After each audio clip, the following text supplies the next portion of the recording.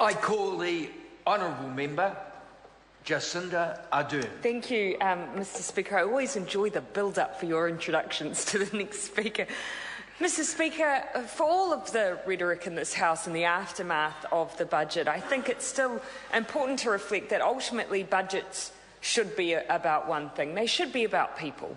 And it is easy to get detracted by all of the different debate around appropriations and year-on-year comparisons.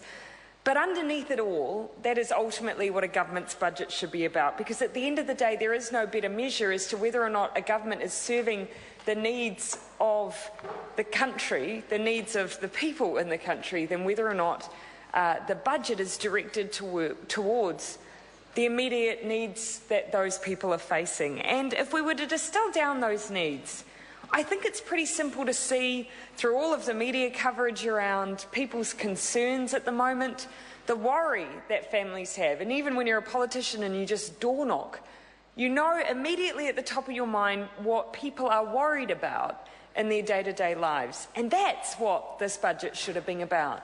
And the things that people are worried about are really simple, basic needs.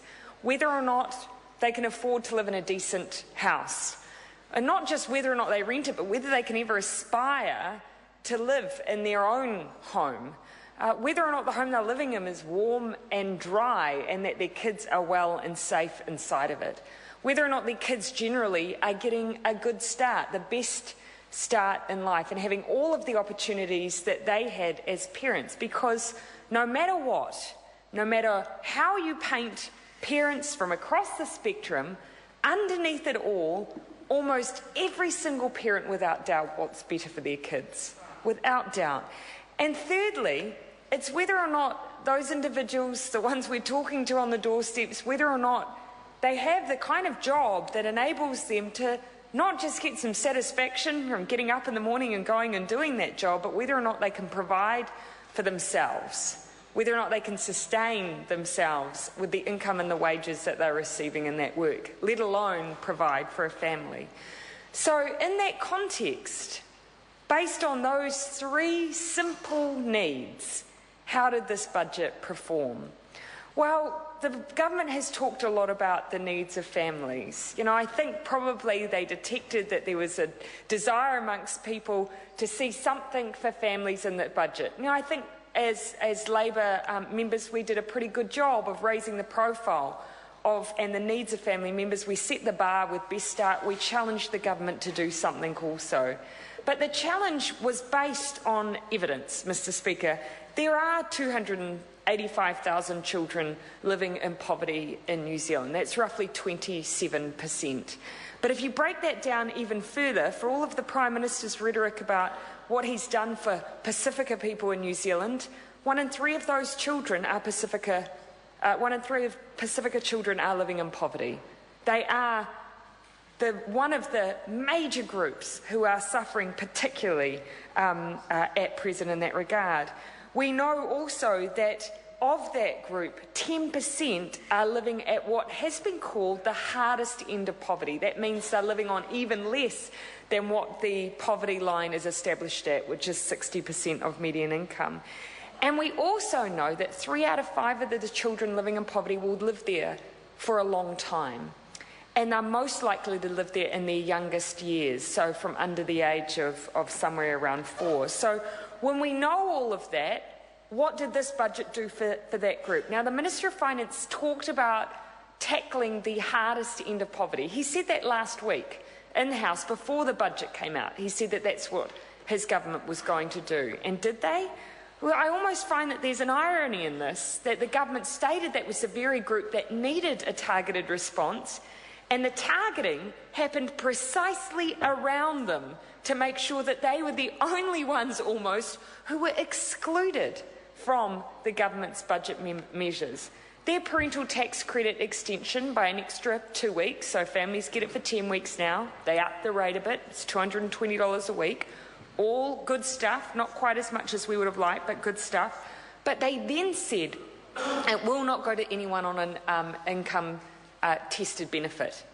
And yet those are the families, the majority of families living in poverty are those exact families. So unfortunately, The notion of it being a budget started right at that place for the families who need it most. And what did the Minister of Finance say those families would get? Well, they should celebrate because apparently they got a CPI adjustment, and that's about it. Now, the government has come back and said, look, in defence of ourselves, we have made free health care for under 13-year-olds universal, starting next year, I should add.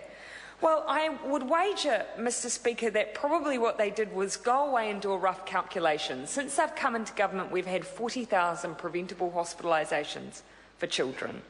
If you want to save money for the taxpayer, one simple thing to do would be to try and put a bit more money into primary health care and see if you can prevent those hospitalisations.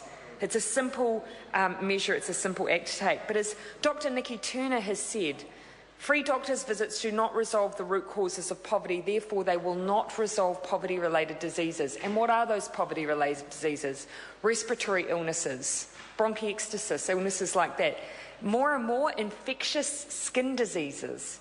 And, of course, the one that gets battered around the most, rheumatic fever. All of those illnesses come out of the fact, the basis usually, that we have children living in damp, cold, overcrowded houses.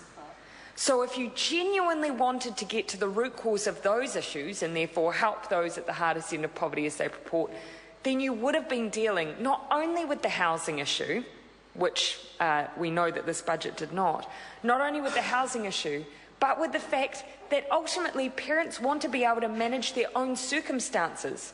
Where is their economic independence? Where is the focus on ensuring that they have the wages and the salary required to make sure that they're able to ensure that their families are growing up in an environment that prevents those illnesses? But what else did the government set out as its own measures for success in this budget? So we had the veneer, a facade, I guess, of wanting to support families, but next was the surplus. They set up a goal that basically said if we achieved surplus, and we've achieved every goal we as a government needs to achieve, end of. That's all that needs to be done with this budget. And yeah, they got there.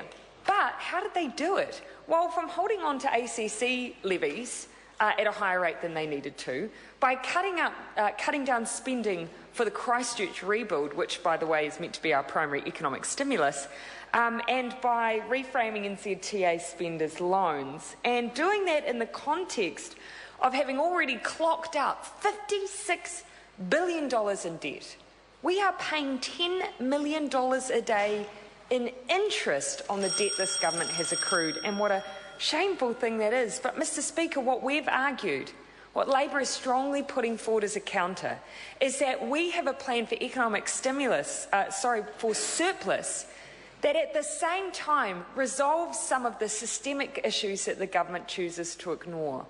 On poverty, for instance, we need to act immediately. We need immediate relief for those children living at the hardest end in their early years, and the Best Start package doesn't help for 10 weeks.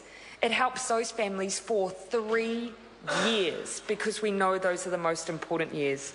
Secondly, immediate action on low wages. We will lift the minimum wage and we will support a living wage.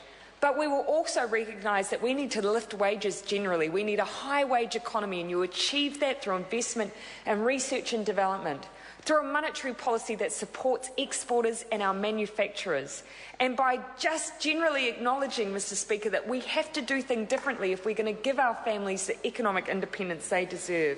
And on housing, because it is, after all, about kids, it's about jobs, and it's about housing. On housing, the market has failed. It's obvious. Everyone knows it. Everyone's seen it. We're going to get stuck in. We will ourselves, as the government, build 100,000 affordable homes. We will introduce a capital gains tax so that our tax system is fairer and we move away from a housing market that is dominated by speculators. We will say, if you want to own a home in New Zealand, you need to be a resident here, and that is fair enough. And we'll make sure that we've got the social housing we need to support those who need it most. Mr. Speaker, budgets should be about people. We know that New Zealanders want New Zealand to be the fair and equal place they grew up with it being, and we can return to that. And we can do it by making sure that every child has the very best start in life, that every family has a warm, dry home, and that everyone has a job that keeps them supported and gives them dignity. That is a government you could believe in, and that's what Labour will deliver. I call the honourable member Jamie Lee Ross. Thank you.